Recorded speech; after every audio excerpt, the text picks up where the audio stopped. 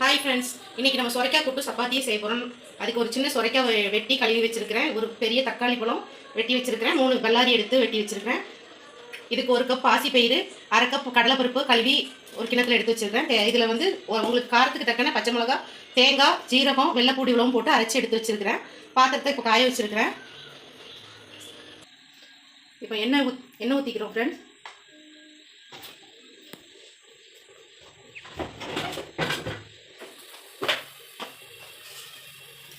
கடுகு, உளுந்து,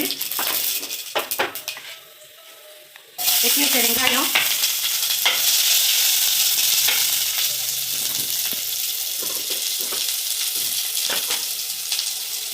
ஒரு கொத்து கருவேப்பிலை,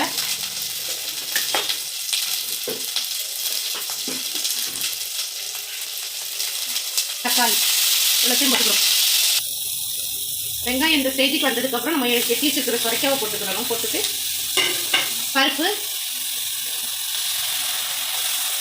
அரைச்சி வச்சிருக்கிற அரைப்பை போட்டுக்கிறோம். கொஞ்சம் தண்ணி, தேவையான அளவு உப்பு.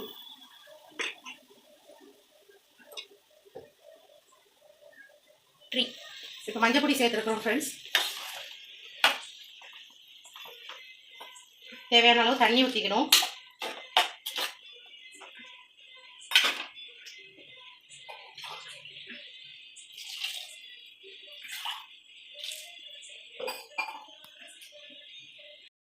குக்கர் மூடி போட்டு விசில் வச்சிடும்.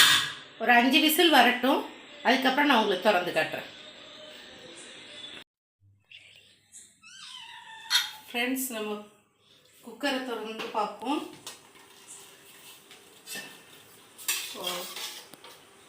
பாருங்கள் ஃப்ரெண்ட்ஸ், சொரைக்காய் கூட்டு ரெடி ஆயிடுச்சு.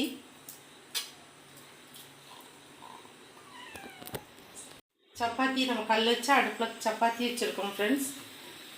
பாருங்கள்,